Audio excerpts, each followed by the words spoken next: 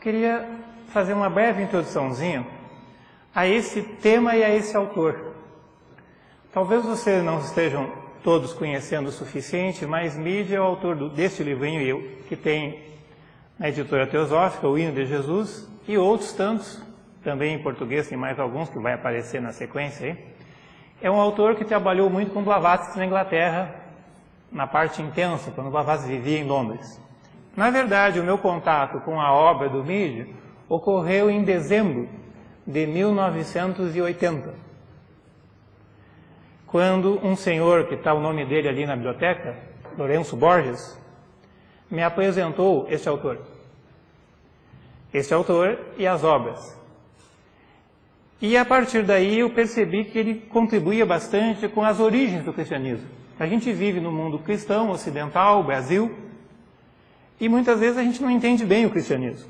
Chega esse período da Páscoa, do Natal, a gente vê na TV as mesmas reportagens, com aquele Jesus crucificado, com aquelas historinhas que nem para historinha serve.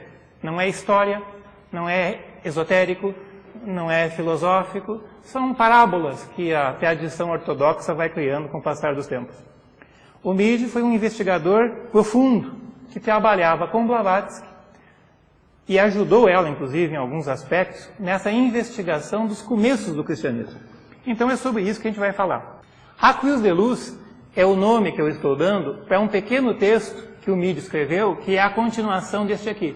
Tem o hino e depois tem uma continuação com esse nome, a Cruz de Luz, aonde ele vai falar, baseado nos gnósticos, da simbologia da cruz. É uma coisa bastante interessante, então vamos direto ao nosso assunto. Aí nessa imagem que vocês estão vendo, lá em cima na esquerda, está o Meade de pé, junto com a Blavatsky e com outro inglês, o Price, que eram colaboradores, trabalhavam junto com ela. Isso aí já é em 1890. Ela já estava mais tranquila, sentada lá. James Price, que é aquele que estava ali na foto junto com ele, lá embaixo, quando o Meade morreu, o Price escreveu: em Londres, ninguém trabalhou mais fervorosamente, enérgica e eficientemente que George Meade. A ele, Blavatsky submeteu todos os seus manuscritos para serem revisados antes da publicação. Mais em cima, Stephen Hoeller, que é um autor conhecido no Brasil, tem aquele livro interessante, A Gnosis de Jung. O Hoeller, que coordena um grupo nos Estados Unidos, comenta ali: o scholar gnóstico Quispel deu-me o relato de que Jung fez uma viagem especial a Londres no período final da vida do Meade para agradecer-lhe por seu trabalho pioneiro de traduzir e comentar os escritos gnósticos e herméticos. Jung e Meade eram amigos, trocaram uma correspondência intensa que até hoje não foi publicada. O Jung tinha uns 18 livros do Meade, usava, conhecia, naquele trabalho que o Jung também teve sobre o gnosticismo cristão. Então, em função do gnosticismo, do cristianismo, trocaram informações. Então, chegando no autor, porque eu vou falar hoje sobre o autor, Meade, a relação dele com o gnosticismo cristão e, finalmente, a simbologia da cruz, a Cruz de Luz. Então, são 3 momentos em sequência. Então, Meade, em 1887, passou a trabalhar com a Blavatsky, em Londres, naquela casa que já apareceu ali a foto, e em 1889 tornou-se o secretário privado dela. Secretário privado no sentido interno, esotérico. Não só cartas, correspondência, mas também nos assuntos mais reservados. Ele ajudava, participava junto com ela, manuseava todos os materiais, escritos, correspondência privada e tudo mais. Ela confiava bastante nele. Conta um autor que quando Meade chegou pela primeira vez na sala onde Blavatsky estava, naquela casinha que parece, em Londres, quando ele botou o pé na porta, ela saudou ele e disse: pode entrar, meu velho amigo. Só que ele tinha 24 anos. E ele foi chamado por ela o resto da vida de velho. O que significa que ela estava falando da alma e não do corpo. O meu velho amigo, portanto, não era só daquele momento.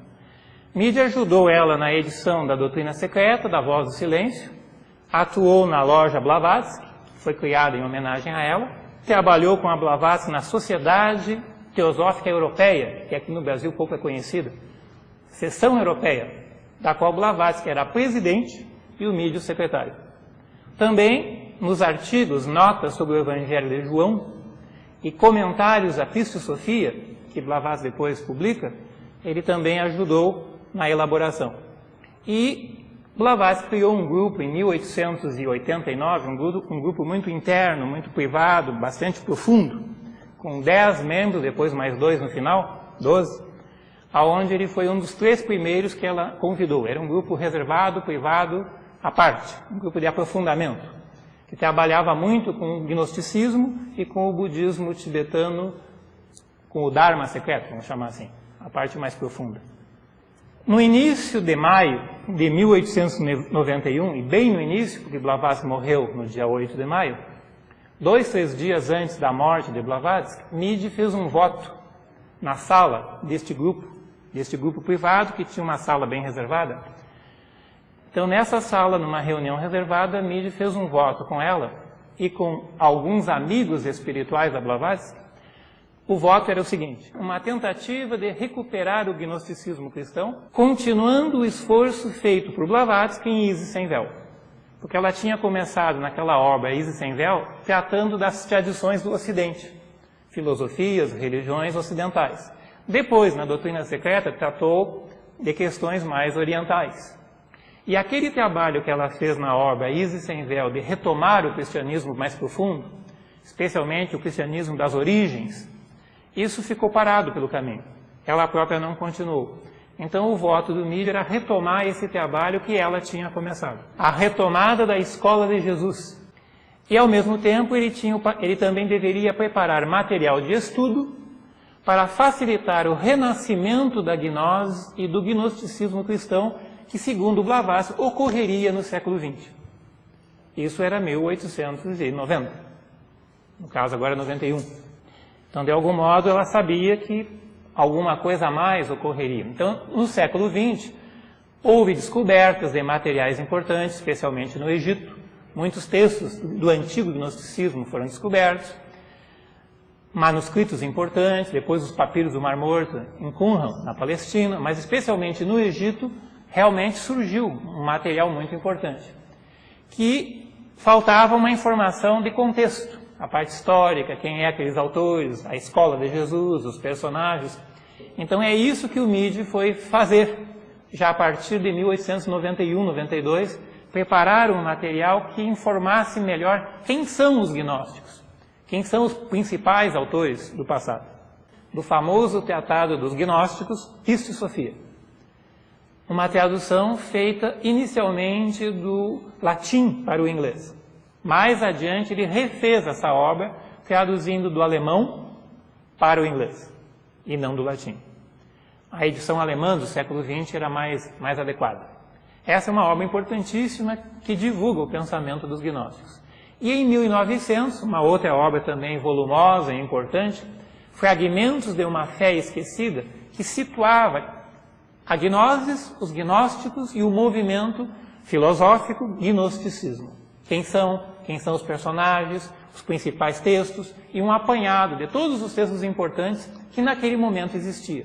No século XX, mais material apareceu, que o Midi não conhecia. A biblioteca de Nag Hammadi, no Egito, que é fundamental, não existia. Então, do material que existia, ele fez um apanhado, um livro de umas 800 páginas, introduzindo o assunto. A fé esquecida é a gnose e os gnósticos cristãos. Depois, em 1906 a 1909, ele fez uma série de pequenos livros separados que foram reunidos num único volume com o nome de Ecos da Gnosis.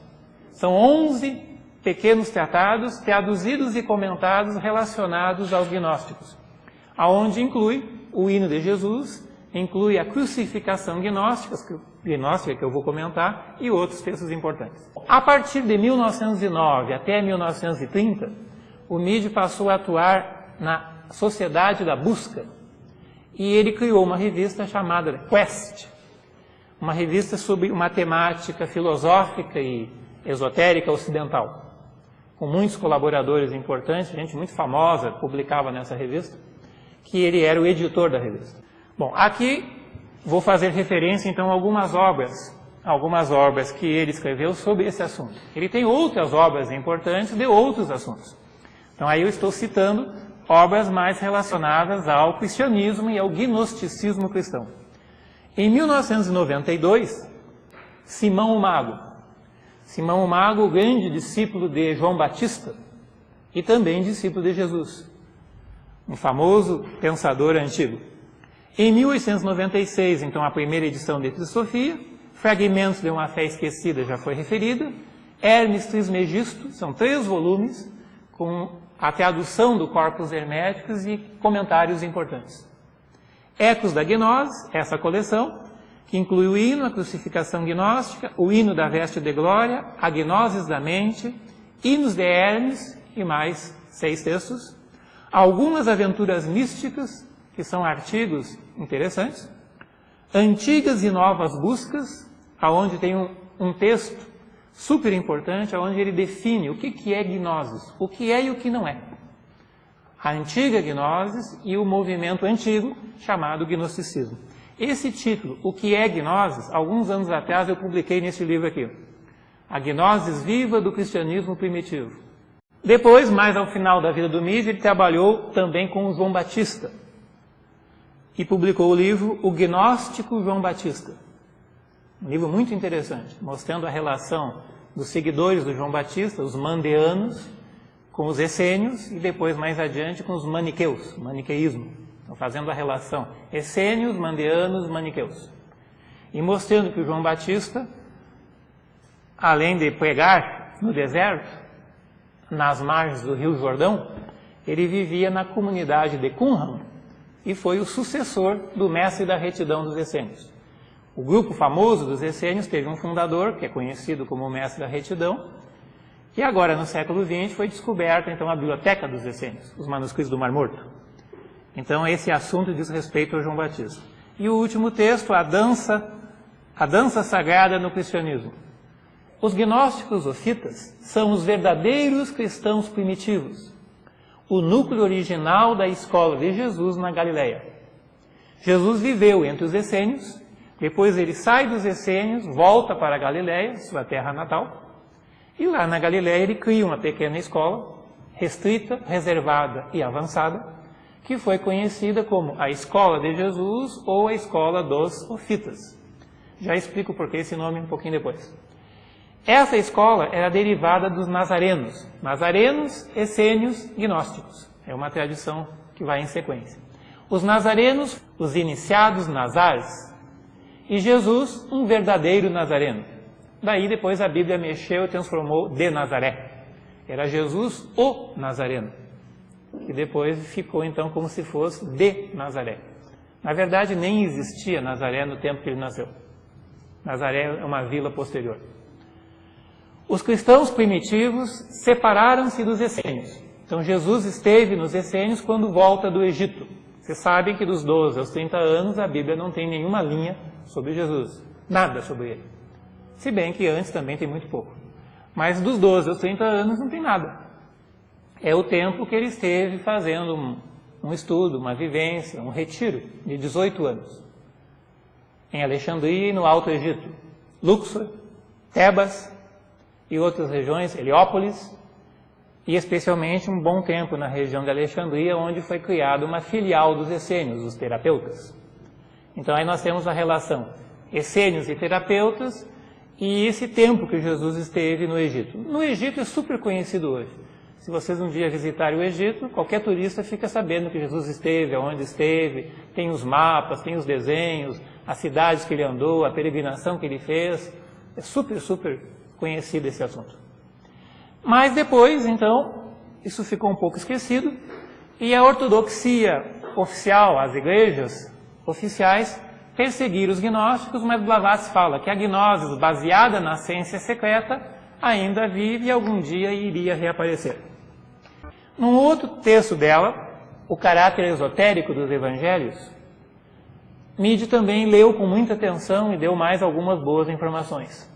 Os primitivos ensinamentos de Jesus só puderam ser descobertos nos ensinamentos gnósticos, a nobre filosofia da religião-sabedoria. Religião, sabedoria é um termo que a Blavatsky usava para falar dessa tradição antiga, que vinha dos antigos sábios caldeus, babilônicos e também do Oriente. Os gnósticos são, então, os inspiradores do cristianismo primitivo. Todo o iniciado na antiga gnose conhecia muito bem o valor de cada palavra da linguagem mistério. Sobre isso, eu até recomendo, se alguém quiser aprofundar um pouco, o livro do Hodgson, A Sabedoria Oculta na Bíblia Sagrada, onde ele começa no início falando dessa linguagem simbólica, a linguagem dos mistérios, e que a gente não pode tomar ao pé da letra um livro religioso. Seja a Bíblia, seja o Antigo Testamento, o Novo, qualquer livro, o Alcorão, você tem que saber que é uma linguagem simbólica. Diz ele, esse método de escrever é conhecido como a linguagem sagrada, ou de mistério, que foi inventada pelos sábios da antiguidade com a finalidade de revelar uma sabedoria espiritual profunda, que pode conferir informação e poderes teúrgicos àqueles que a conhecem. Então, o que o Hodgson está falando? Que a gente precisaria saber ler a Bíblia, fazendo uma hermenêutica, uma interpretação, e especialmente levando em conta que quem escreveu o texto não está falando de história, está falando de simbolismo, incluindo a crucificação. Era um simbolismo dos gnósticos que depois foi redigido de uma forma mais oficial, ao pé da letra, e o que era simbólico virou uma suposta história, uma pseudo-história. Há algumas referências importantes que na sequência eu faço aqui para vocês sobre isso. Então, por isso que a gente precisa recuperar o simbolismo, a mística da crucificação, o logo solar crucificado na matéria, no universo, e não apenas um ser humano, mas a energia da vida universal. É dito que a palavra Christus e tudo que significa também foram os gnósticos que usaram esse termo. Vocês lembram que Paulo, nas suas cartas, diz: Christus em vós é a esperança de glória, a única esperança de glória. Christos, não Jesus. Os textos antigos escreviam Jesus, vírgula, o Christos, Christos em grego. O que era uma qualidade, um aposto, a qualidade espiritual, o espírito universal que vive em cada um de nós, depois virou nome. Mas os gnósticos que inventaram esse termo, inventaram na verdade não, eles repetiram um termo que já existia no século V na Grécia Antiga, 5 AC. Então a ideia do Christus, a vida, o espírito que vive no coração do homem, o Atma da Vedanta, dos Upanishads, Christus, Atma, Alaya, que vive, era o grande segredo que os gnósticos tinham, que Deus, o Espírito Universal, vive na alma, no coração de todos os seres. Portanto, todos nós somos filhos de Deus, não apenas um. Então o Midi dizia, gnose é uma busca, a busca da natureza espiritual. O conhecimento gnóstico não é conhecimento, é a intuição da mente verdadeira ou espiritual, a apreensão imediata, a clara percepção da realidade. É um insight, uma profunda intuição. Então, essa ideia os gnósticos estão usando pensando em Pitágoras, pensando em Platão. A busca da sabedoria, filosofia, o amor à sabedoria, a busca da verdade. Então, a palavra gnose tem uma relação com a ideia da sabedoria que os filósofos antigos buscavam. A busca da sabedoria viva. Então, gnoses, a compreensão direta, a compreensão clara. E por isso esse nome, então, foi usado para os filósofos cristãos. Os primeiros pensadores cristãos também eram filósofos. Então, os filósofos cristãos buscavam a sabedoria e foram chamados de gnósticos. E quem usou esse nome foi Jesus, está aqui embaixo. Um hino dos gnósticos, um hino ofita, apresenta Jesus dizendo: aos segredos da sagrada senda darei o nome de gnoses e os transmitirei para eles, para esse grupo que Jesus criou, para a sua escola. Havia o grupo interno e havia o ensinamento de parábolas. A Bíblia sempre diz isso. Jesus falava parábolas, transmitia seu ensinamento por parábolas. Mas aos perfeitos, entre aspas, aos perfeitos vos revelo os mistérios do reino de Deus. Na Bíblia isso não se encontra. Onde estão esses mistérios e quem são os perfeitos? Perfeitos não eram seres perfeitos, era o nome do terceiro nível da escola. Como Pitágoras tinha uma escola com 3 níveis, Jesus também tinha. O terceiro nível da sua escola era chamada os perfeitos. E Paulo repete isso. E esses perfeitos são os gnósticos. Então, os ensinamentos mais profundos, mais internos, só se pode encontrar nos textos originais e antigos do século I AC e I DC e II DC, lá que estará. Então, muitas vezes a gente vê alguns autores falando em cristianismo esotérico, cristianismo primitivo, mas aonde encontra-se isso? Só tem uma maneira, você tem que descobrir os apócrifos. Os evangelhos apócrifos, os evangelhos gnósticos, os textos mais antigos, que agora, no século XX, vieram tudo à tona. Então, Jesus também falou nisso. E no Egito, no Corpus Herméticos, está escrito: procura um guia para levar-te aos portais da Gnosis, onde brilha a clara luz. É o caminho que leva ao alto da montanha. Então, gnose é aquela coisa mais profunda, aquela sabedoria mais interna. Aqui eu só resumi nessa página que eu estou mostrando para vocês aí. O gnosticismo é uma tradição filosófica religiosa da Galileia. A gnose é a busca da sabedoria, a intuição que conduz à direta compreensão da verdade. E aí, juntando informações do Midi e da Blavatsky, eu juntei para chamar a atenção. Então, quem são ofitas? Nome dos primeiros gnósticos da escola de Jesus na Galileia. No Egito, eles são chamados de setianos, a raça de Setes. Setianos e ofitas são os mesmos. Ofis é a serpente gnóstica, só que significa a sabedoria suprema. Por favor, não tem nada a ver com Kundalini. Se vocês encontrarem um livro falando que os gnósticos pertencem a Kundalini, não são dos gnósticos que seguiam Jesus. É uma outra linha, uma outra mão, um outro caminho. Os gnósticos antigos não mexiam em chakras, muito menos em Kundalini.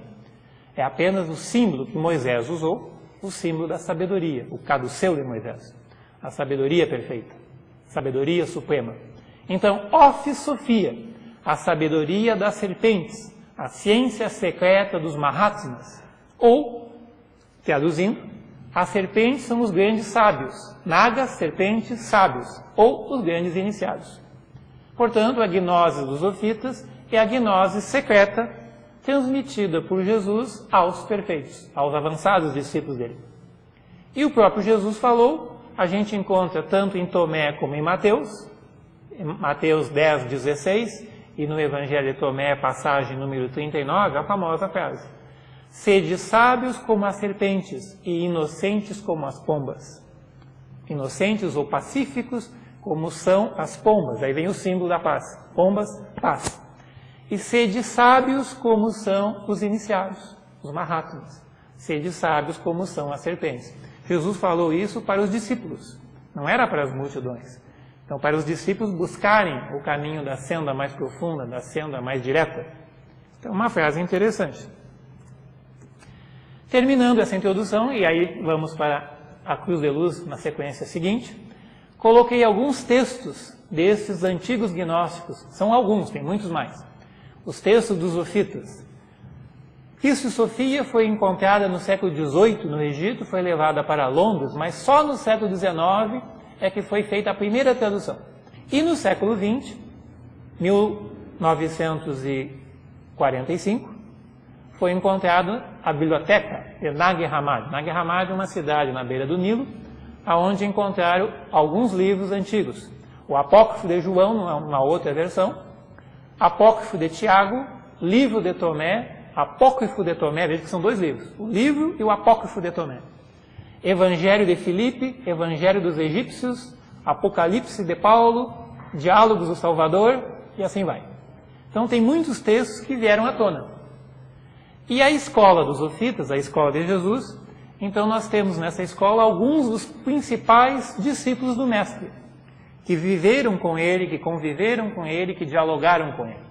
Entre os principais, segundo as fontes, mas isso que eu não estou inventando, tudo eu tirei da Sofia, tirei dos tratados, tirei da Blavatsky, tirei do Midi, eu só reuni. Quem são os mais importantes discípulos? Simão o Mago, Tiago, João, Matias, também chamado Mateus, Tomé, Maria Madalena, Salomé, Marta, Maria, a sua mãe, Felipe, Levi e Bartolomeu. Pedro nunca fez parte desse grupo. E diz a igreja na sua Bíblia que é causa de tropeço. É a pedra na qual você tropeçaria. Pedro fez parte do grupo externo, mas nunca fez parte do grupo interno. Então, quando a igreja escolhe Pedro para ser o seu símbolo, tem uma mensagem para a gente. A mensagem que vem das igrejas não é a mensagem que vem da escola interna. Se quisermos a mensagem que vem do grupo interno de Jesus, temos que ler os apócrifos. São esses os principais discípulos de Jesus. Simão o Mago teve um grande discípulo, Menander, que viveu na Antioquia, na Síria. Menander conviveu com Saturnilo e Leucius. Esse Leucius é quem guardou as anotações que eu vou usar agora na sequência. Os Atos de João, Atos de André, Atos de Tomé e Atos de João. É nesse pequeno texto, Atos de João, que aparece o hino que Jesus praticou, era um rito que Jesus fez com seus discípulos, e aparece a simbologia da crucificação. Os Atos Gnósticos de João, que é lá da Antiguidade, João escreveu, e o Leucius compilou e publicou no século I, de uma invenção que é posterior. Atos de João, aí criaram um livro com o mesmo nome, só que não é gnóstico. Atos de João, que é bem mais comprido. João viajando para Éfeso, João destruindo um templo grego, João fazendo catequese, João convertendo, mas esse João é um João que a teologia inventou. O João, discípulo de Jesus, tinha viajado para o Egito, e do Egito, acompanhando Arimateia, e o grupo dos discípulos de Jesus, viajaram para a Gália. O cristianismo celta, o cristianismo que chegou na Bretanha, tem a ver com, não apenas com Santiago indo da França para a Espanha, mas também tem a ver com João, que nunca esteve em Éfeso, e foi viver na Gália e na Bretanha, e isso tem amplas informações sobre isso. Os Atos Gnósticos de João têm a parte A e a parte B. Na parte A tem um pequeno hino, que é um rito que Jesus oficia. Tem uma pequena invocação, tem algumas frases que são repetidas e fecha de novo com uma nova invocação. Logo depois é dito então que os discípulos se recolhem, sobem para o Monte das Oliveiras, simbolicamente. Não tem nenhuma montanha na Galileia, só tem montes. Então eles sobem espiritualmente para um nível mais elevado e continua um novo ensinamento, que no caso é João que recebe. Então, primeira parte é o hino, segunda parte, Jesus comenta sobre a questão da crucificação. E chama a atenção que é uma cruz de luz e não uma cruz de madeira. Aparece literalmente no texto isso. É bom chamarmos a atenção que Agostinho, o famoso Agostinho, que não era muito santo, mas é famoso, disse: o hino do Senhor, por ele cantado em segredo aos discípulos. Pois está dito no Evangelho, e após haver cantado um hino, ele subiu a montanha. Este hino não foi incluído no cânone devido àqueles que pensam de acordo consigo mesmo.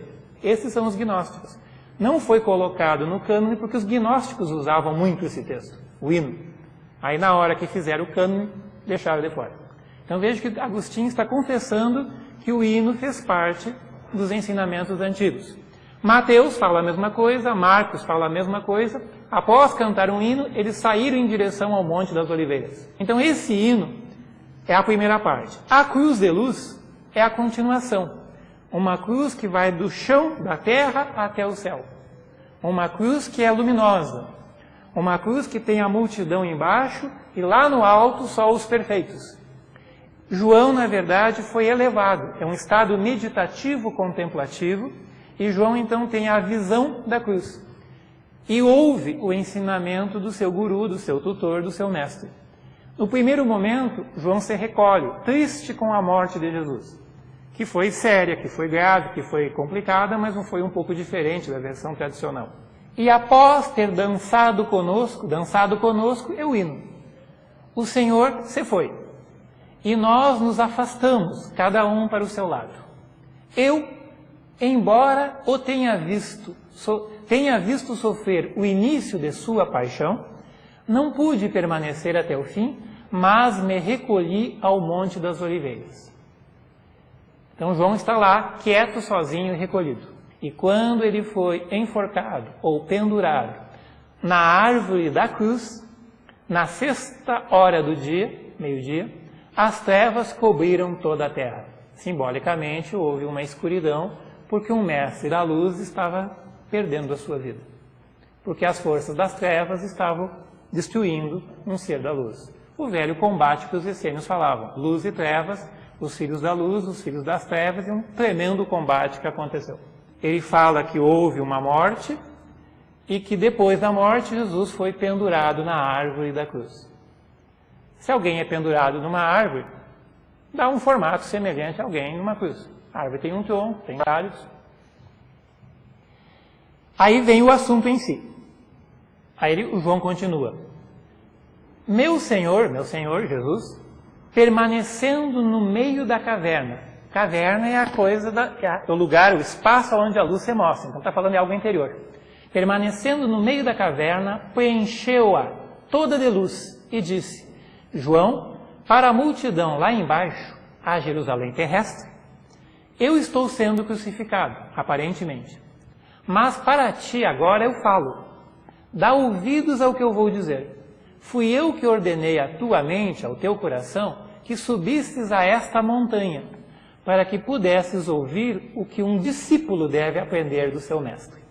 E assim falando, ele mostrou-me uma cruz de luz, erguida, firmemente, de pé. E em torno dela havia uma vasta multidão, a humanidade terrestre. E na cruz, dentro da cruz, uma outra multidão que não tinha forma. Multidão de seres sem corpos, que estão do outro lado. Uma multidão terrestre e uma multidão de seres humanos sem corpos no outro lado. E eu contemplei o próprio Mestre além da cruz, não tendo forma, mas apenas uma espécie de voz que dizia, João, alguém deve ouvir estas coisas. Esta cruz de luz é por mim chamada de Logos, aquela palavra grega que João usa, por coincidência o João usa no 4º Evangelho, a luz do mundo, a luz que vem ao mundo, Logos. Esta cruz é Logos, é mente, é Christos, é portal, é caminho, sopro, semente, ressurreição, Pai, Espírito, verdade, vida, graça e outras coisas. Estas coisas são assim denominadas no que se refere aos homens. Portanto, Jesus está falando que é um simbolismo.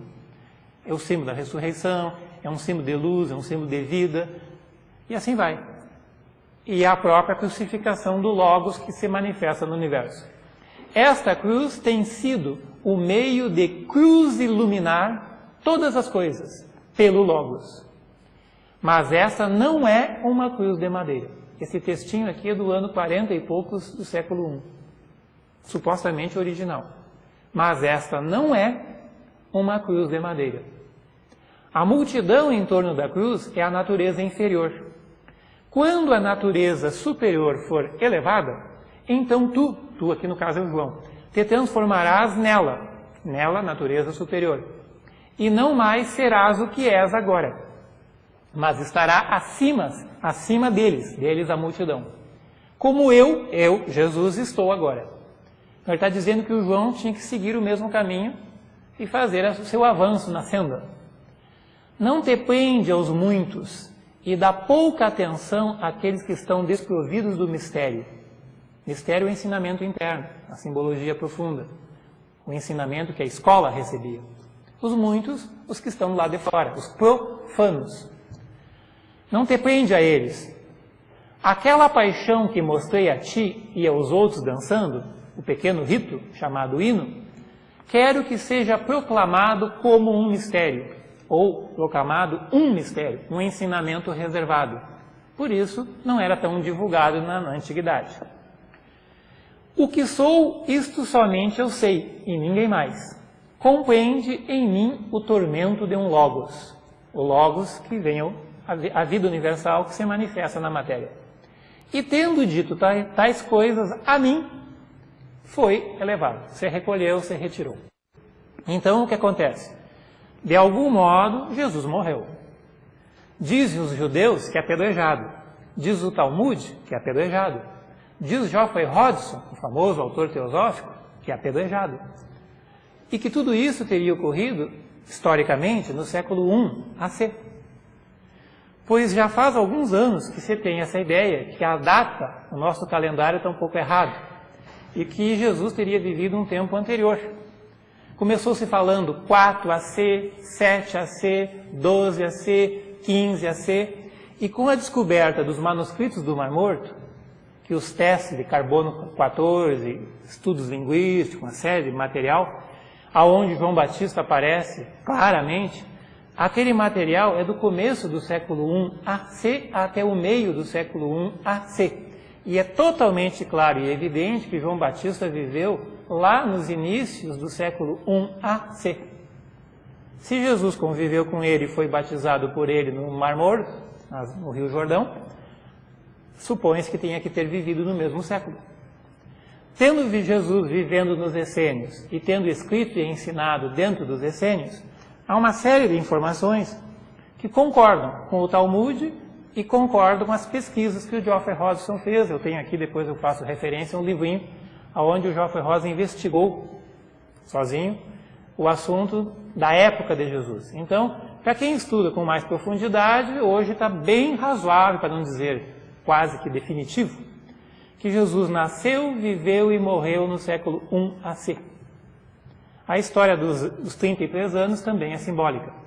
Irineu, o famoso Irineu da Igreja Romana, perseguidor dos gnósticos, numa briga que ele teve com um cristão, uma briga teológica contra um gnóstico, Irineu ficou brabo e numa carta disse assim: você não sabe nada, você nem sabe que Jesus viveu 45 anos.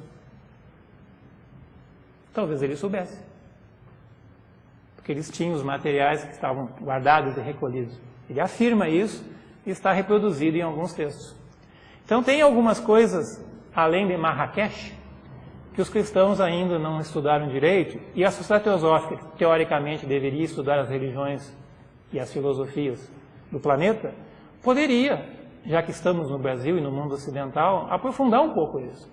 Conhecer um pouco mais a tradição cristã, os ensinamentos, a filosofia de Jesus, a escola e as outras religiões, com certeza, do Oriente, hinduísmo, islamismo e tudo mais. Mas há um universo disponível para a gente conhecer que somente esses textos mais antigos vão nos ajudar. O Evangelho de Filipe se refere que Jesus também foi enforcado na árvore que o pai dele havia plantado, uma simbologia também. O Apocalipse sem título diz que a fonte da cruz é o Logos, que nenhum homem ou homem algum pode compreender.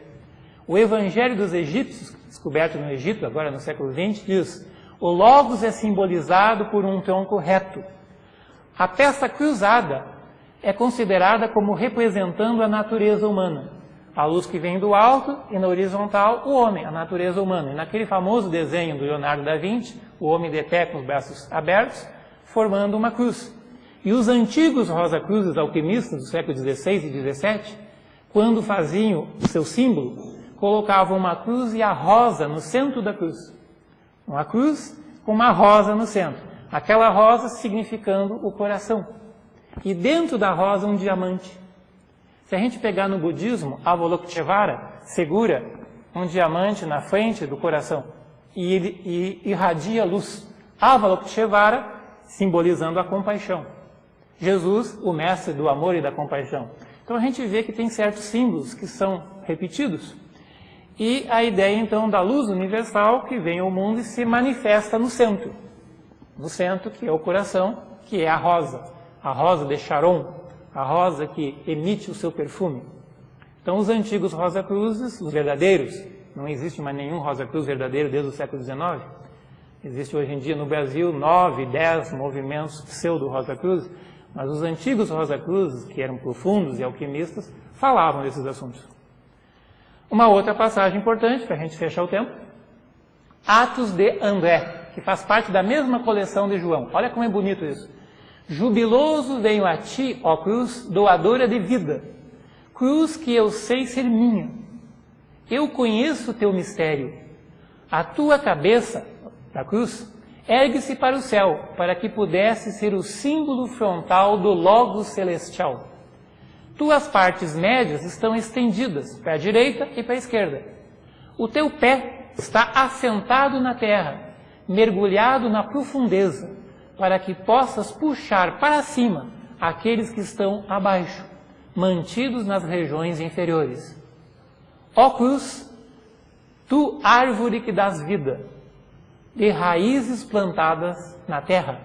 Ó cruz, tu que sustenta o Mestre. Veja que o André está se referindo ao mesmo assunto que o João estava se referindo. Provavelmente no mesmo momento, na mesma época, nas mesmas circunstâncias. Um escreveu as suas notas, Atos. O outro escreveu as suas notas, Atos. E o Tomé também escreveu, Atos. Tomé, André e João. Depois tem um quarto Atos também gnóstico. Então o Mide conclui, fechando a ideia básica. A história que circulou entre o povo é apenas o véu exterior do mistério. Há uma crucificação mística do Logos. A cruz era o elo entre a escuridão e a luz. A escuridão, as sombras, a terra, o mundo terreno, e a luz que é elevada, celeste, que está no alto. Então veja que o Mide está referindo a essa ideia.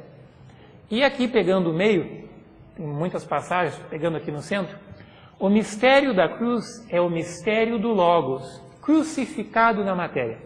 É bom lembrar que a palavra Logos, dos filósofos gregos, Heráclito, é o Espírito universal, a luz divina. Não é razão, pensamento, como na Idade Moderna foi mal traduzido. Então, quando você fala em Logos, está falando a luz divina, o Espírito divino, o fogo Logos universal. João sabia muito bem disso. Os gnósticos, essênios, sabiam grego, estudavam filosofia grega, era normal isso. E João cita constantemente, cita no Evangelho, cita no Atos, cita no Apócrifo, termos como mônada, logos e outros termos que os antigos filósofos usavam assim claramente. É evidente que ele conhecia. Então, a luz do Logos, a luz do mundo que se manifesta. Quando vem ao mundo, ela se crucifica. A matéria prende a luz. Depois a matéria volta, a parábola do filho pródigo. O vir e o voltar à fonte.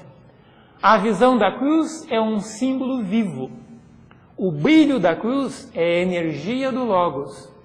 Esse mistério não é a cruz de madeira, a suposta narrativa histórica do drama-mistério.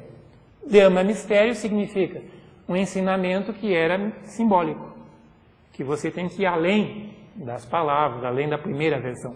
Então, o Mide procurou, nesses vários textos, fazer um apanhado desses antigos manuscritos, porque ele foi fiel ao voto que ele fez, tanto com a Blavatsky, quanto com os amigos espirituais da Blavatsky. E dedicou a vida dele, 80% da sua vida, ou até mais talvez, a traduzir, a estudar, a comentar, a divulgar, fez cursos, fez palestras, viajou pela Europa ensinando esse assunto, procurando chamar a atenção que o cristianismo que a gente conhece não é o cristianismo de Jesus. Esse cristianismo dos filmes, da TV, dos jornais, da sexta, do sábado, do domingo e tal, é uma coisa menos do que popular. Está muito, muito simplificado. É preciso uma leitura, é preciso ler o Hodgson, é preciso reler a Bíblia, fazer uma leitura atenta de Mateus e de João, perceber essas palavras simbólicas, essas alegorias, essas parábolas, mas não é suficiente. Ler as parábolas e tentar interpretar a simbologia é apenas o primeiro passo. Depois você tem que passar para os evangelhos gnósticos, para os apócrifos, para a Pistis Sophia, para o Bruxi Codex, para esses textos dos Zofitas, porque é neles que a gente vai encontrar diálogos entre o mestre e os discípulos, diálogos dentro da escola, diálogos reservados, aonde Jesus não estava preocupado com simplificações, aonde ele procura aprofundar o assunto.